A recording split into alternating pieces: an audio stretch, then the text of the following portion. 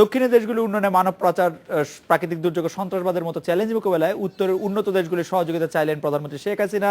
এছাড়া দক্ষিণের দেশগুলির মধ্যে সহযোগিতা বাড়ানোর আহ্বান জানিয়েছেন তিনি। সকালে রাজধানী হোটেল সোনারগাঁয় সাউথ সাউথ কোঅপারেশনের সভার উদ্বোধন করতে গিয়ে তিনি এসব কথা বলেন।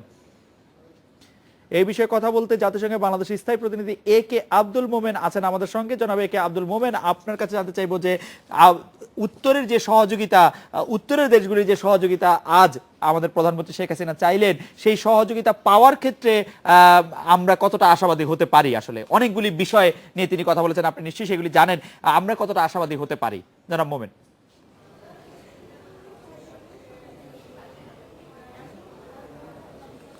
দেখেন যে উত্তরের দেশগুলো সবসময় আমাদের মোটামুটি সাহায্য করেছে, এবং আমরা বাংলাদেশ এমন এক পর্যায়ে আছি, আমরা উত্তর এবং দক্ষিণ এই উভয়েই সাহায্য চাই, এবং সেই সাহায্যের আমরা একটা we are A consensus builder.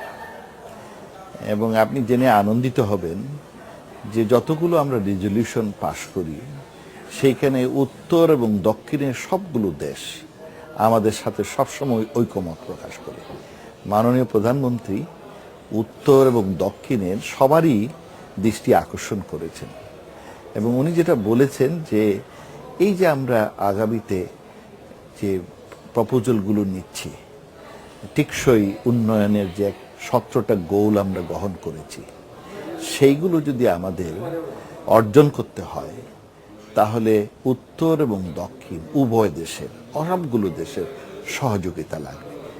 সম্প্রতিকালে যেহেতু দক্ষিণের অনেকগুলো দেশ অনেক কিছু বিষয়ে তারা যথেষ্ট ভালো কাজ করছে, সেই জন্য তাদেরও আমরা সম্পৃক্ত করছি, কিন্তু উত্তরের সাহায্য তো আমরা সবসময় আশা করব। তবে যেটা বললেন যে কতটুকু দিতে পারবে, উত্তরের লোকগুলোর ইদানিং তাদের অর্থনীতি অত ভালো না, তবে তাদের একটা দায়বদ্ধতা আছে, যেহেতু তারা আমাদের একসময় এক্সপ্লয়েট করেছে, আমাদের এক্সপ্লয়েট করেই তারা তাদের সাম্রাজ্য গড়ে তুলেছে, সেই জন্য তাদের একটা দায়বদ্ধতা আছে এবং তারা সেইটা স্বীকার করে। তবে তাদের যেহেতু অর্থনীতি তত ভালো না, সেই জন্য তারা ইদানিং অন্য কিভাবে সাহায্য সহায়তা সংগ্রহ করা যায় সেগুলোর অনেক ধরনের উকালতি করছে, এবং আমরা অনেকগুলো সেই সব ওকালতিতে আমরা অনেকগুলোতে সম্পৃক্ততা আমাদের আছে। যেমন আমি একটা ধারণা দেই, তারা বলছে যে তোমাদের দেশগুলোতে ডোমেস্টিক রিসোর্স আরো বাড়াতে হবে। আমাদের দেশে ডোমেস্টিক রিসোর্সটা মোটামুটি কম, আপনার অনেকেই ট্যাক্স টুক্স দেয় না, সুতরাং এই ব্যাপারে তা আমাদের সাহায্য করতে পারে, কেবলি বাড়াতে হবে। আরেকটি মনে করেন এই যে মাইগ্রেশনের ব্যাপারেও তারা আমাদের সাহায্য করতে পারে। জনাব আবুল মোমেন, আমি একটি খুব দ্রুত যদি আপনি একটু মন্তব্য করতেন যে একটি আন্তর্জাতিক সংস্থা বা জোট, আন্তর্জাতিক জোট বা প্রেসার গ্রুপ হিসাবে এই সাউথ সাউথ কোঅপারেশন কতটা কার্যকর ভূমিকা পালন করতে পারে বলে আপনি মনে করছেন গত 3, 4, 5, 6 বছরের অভিজ্ঞতায়?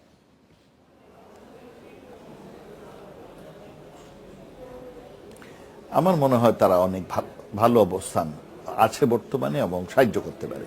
দেখেন সাউথ সাউথ কান্ট্রিগুলো সম্প্রতি দুটো বড় ব্যাংকের অ্যানাউন্সমেন্ট দিয়েছে, একটা $100 বিলিয়ন ব্রেক্স ব্যাংক, আর একটি $40 বিলিয়ন এশিয়ার ইনফ্রাস্ট্রাকচার ইনভেস্টমেন্ট ব্যাংক। এগুলো আমাদের এই এশিয়াতে মনে করেন শুধু সাস্টেনেবল ডেভেলপমেন্টের জন্য, ইনফ্রাস্ট্রাকচার বিল্ডের জন্য অনেক টাকার দরকার, এবং এই সাউথ সাউথের ব্যাংকগুলো আমাদের যথেষ্ট সাহায্য করতে পারে বলে আমার ধারণা। জনাব আবুল মোমেন, আপনাকে অনেক ধন্যবাদ।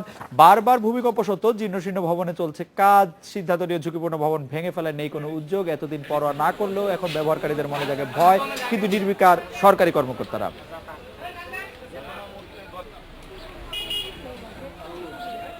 যখন তখন কেঁপে উঠছে দেশ, সামনে উদাহরণ নেপালের দুর্যোগ। এর মধ্যেই যখন কাজ করতে হয় এই ধরনের ভবনে, তখন আতঙ্কটা কেমন তা অনুমেয় সহজেই। এতে তো 100% ঝুঁকি রয়ে গেছে। নিরাপদ তো মনেই করি না, আমরা সবসময় বাজারঘাটে আসি। এটা তো অবশ্যই ঝুঁকিপূর্ণ আমাদের সবার জন্যই। খুলনা সিটি কর্পোরেশন, খুলনা উন্নয়ন কর্তৃপক্ষ, জেলা প্রশাসন, গৃহায়ন ও গণপূর্ত বিভাগের সমন্বয়হীনতায় জেলার ঝুঁকিপূর্ণ 1.5 শতাধিক ভবন ভেঙে ফেলার কাজ থমকে গেছে পুরোপুরি। ভবনগুলো অপসারণের সিদ্ধান্ত হয়েছিল সেই 2013 সালে, কিন্তু কার্যকর হয়নি এখনো। আমাদের বর্তমান যে আইন আছে সেই আইন অনুযায়ী জমির মালিক বা বিল্ডিংয়ের মালিক, এটা আসলে দায়িত্বটা তার। আমরা সমস্ত সহযোগিতা করতে পারি। এটা কেডিএর একচ্ছত্র আধিপত্যের ভিতরে থাকতেও এখানে এই ক্ষমতাটা আমার ঠিক নাই। ঝুঁকিপূর্ণ ভবনকে থেকে পরিত্যক্ত ভবন ঘোষণা সেটাও ওদের, এবং পরিত্যক্ত ভবনকে ক্লিয়ার করা সেটাও ওই। রাজশাহী সিটি কর্পোরেশনের নির্বাহী প্রকৌশলী খন্দকার খায়রুল বাশার, খুলনা বিশ্ববিদ্যালয়ের নগর ও গ্রামীণ পরিকল্পনা বিভাগের শিক্ষক অধ্যাপক মোহাম্মদ রেজাউল করিম এবং সিলেট সিটি কর্পোরেশনের ভারপ্রাপ্ত প্রধান প্রকৌশলী নূর আজিজুর রহমান আমাদের সঙ্গে আছেন। আমি খন্দকার খায়রুল বাশা, আপনার কাছেই প্রথমে জানতে চাইব, যেসব ভবনগুলি আসলে ঝুঁকিপূর্ণ, যেগুলিতে আসলে মানে যে কোনো মুহূর্তে যে কোনো ধরনের ঘটনা ঘটতে পারে, ভূমিকম্প হোক বা না হোক, সেই সব ভবনগুলিও ভেঙে ফেলা যাচ্ছে না, এর কারণ কি বলে আপনি মনে করেন জনাব খন্দকার খায়রুল বাশার?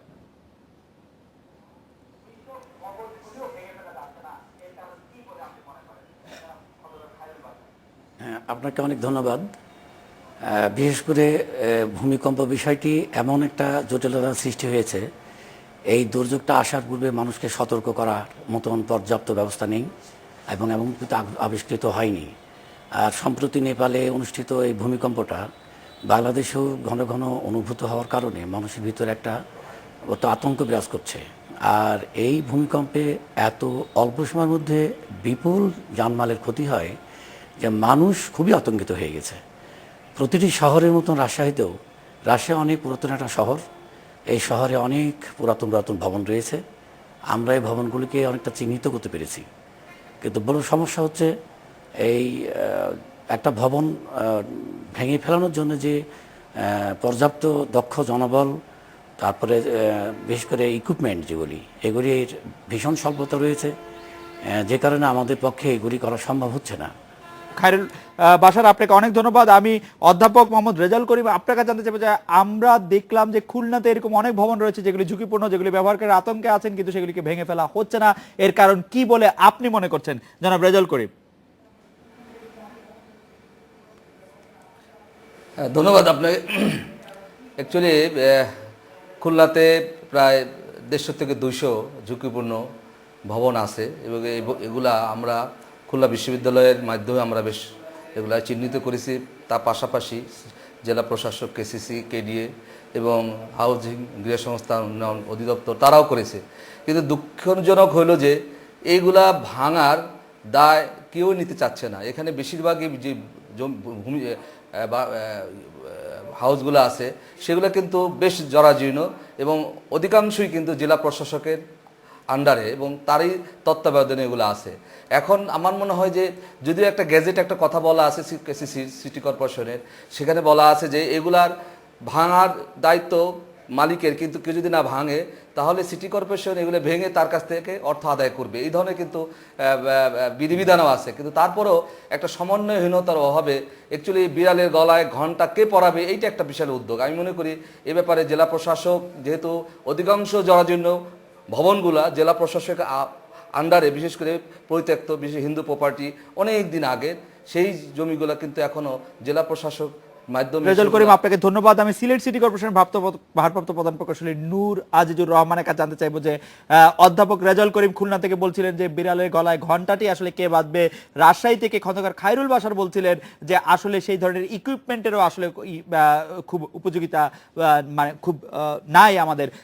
সিলেটের কি অবস্থা? সিলেটে এই ধরনের ঝুঁকিপূর্ণ ভবন ভাঙার ক্ষেত্রে সিলেট সিটি কর্পোরেশন কি যথেষ্ট পরিমাণ ইকুইপড বা সিলেট সিটি কর্পোরেশন কি যথেষ্ট পরিমাণ ক্ষমতা ধরেন কিনা? জনাব নূর আজিজুর রহমান।